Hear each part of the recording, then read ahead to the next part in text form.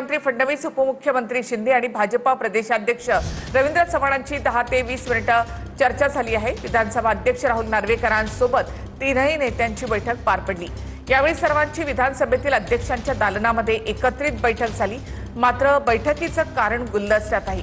दरम्यान बैठकीला येण्याच्या आधी एकनाथ शिंदे आणि रवींद्र चव्हाण यांनी एकाच गाडीमधून प्रवास केलाय।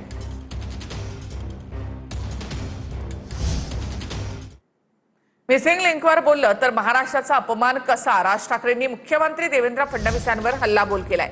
मुख्यमंत्र्यांच्या तोंडी बघून घेईन ही कसली भाषा, असा सवाल देखील राज ठाकरेंनी केलाय।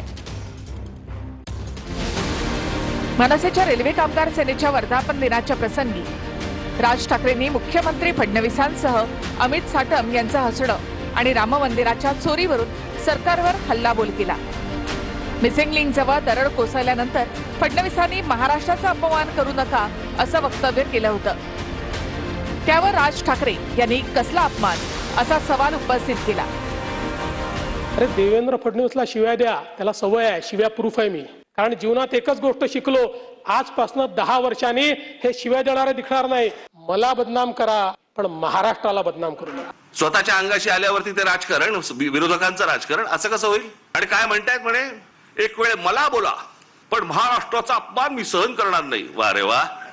ऐसे कुछ भाड़े के टट्टे इस मिसिंग लिंक के बारे में भी पैसा ले लेकर सोशल मीडिया पर लिख रहे थे, उनको भी कह देना चाहता हूं, अगर महाराष्ट्र का अपमान करोगे छोड़ूंगा नहीं। मुख्यमंत्री आहेस ना तू, बघून घेऊ। वाक्य संपल्या हिंदीतून सुरू झाले। मिसिंग लिंक के बारे में अगर कोई राजनीति करे, कोणासाठी हिंदी बोलणार? समोरचे आमदार मराठी, महाराष्ट्राची विधानसभा, महाराष्ट्राच्या विधानसभेमध्ये आमचा मुख्यमंत्री, महाराष्ट्राचा मुख्यमंत्री हिंदीत बोलतो। कशासाठी? कोणाला सांगायचं होतं? कदाचित आपल्याच पक्षातल्या वरच्या लोकांना सांगायचं असेल, बघून घेईन। दुर्घटना नैसर्गिक बोलल्यावरून सुद्धा राज ठाकरेंनी तोफ डागली आहे। मला वाटतं ही नैसर्गिक आपत्ती आहे। आपलं सर्वांचं काम हेच आहे की फक्त राजकारण न करता या ठिकाणी सगळ्यांनी सहकार्य करतोय। तुम्ही काय अमरपट्टा घेऊन आलेले नाही आहात। उद्या तुम्ही विरोधी पक्षात जाल आणि ज्यावेळेला अशा काही घटना घडतील तेव्हा तुम्ही राजकारण करू नका। तेव्हाही सांगा लोकांना की नाही नैसर्गिक आहे, तुमचं सरकार आहे म्हणून सगळं नैसर्गिक, त्याच्यावर राजकारण करू नका, त्याच्यावर कोणी बोलायचं नाही। दुसऱ्या पक्षांची सरकार असली की हे यांचं राजकारण सुरू करणार, हा कुठचा प्रकार? तर राम मंदिरावर बोललो तर धर्माचा अपमान कसा, असा रोखठोक सवाल राज ठाकरे यांनी केला। राम मंदिराच्या चोरीबद्दल बोललो की म्हणजे धर्माचा अपमान। अरे चोरी आहे ना ती, ह्याचा धर्म कुठे आला? तिथे ज्या वेळेला 1400 कोटी रुपये ज्यावेळेला चोरले जातात, जे श्रद्धेने त्या मंदिरासाठी दिलं त्याची जर समजा चोरी होत असेल तर ह्याच्याबद्दल बोलणार नाही, बोलायचं नाही। भारतीय जनता पक्षाचा खासदारच पहिलं बोलला की राम मंदिरात चोरी झाली म्हणून।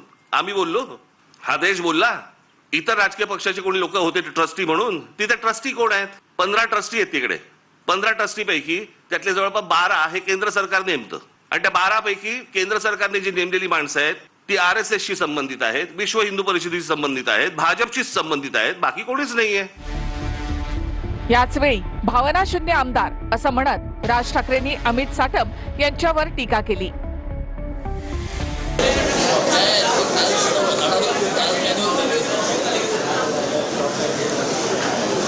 त्यांच्या देशीचा एक आमदार, त्याला विचारलं काय चाललंय, म्हणे काल म्हणे झाड पडलं तर ते त्याच्यात एक माणूस गेला, ते त्याच्यावरती चर्चा झाली। आज तो ते गटारातला जो मुलगा पडला त्याच्यावरती चर्चा झाली आणि हसतायत। भावना शून्य, आणि भावना शून्य एवढ्यासाठीच कारण तुम्हाला किंमत नाही।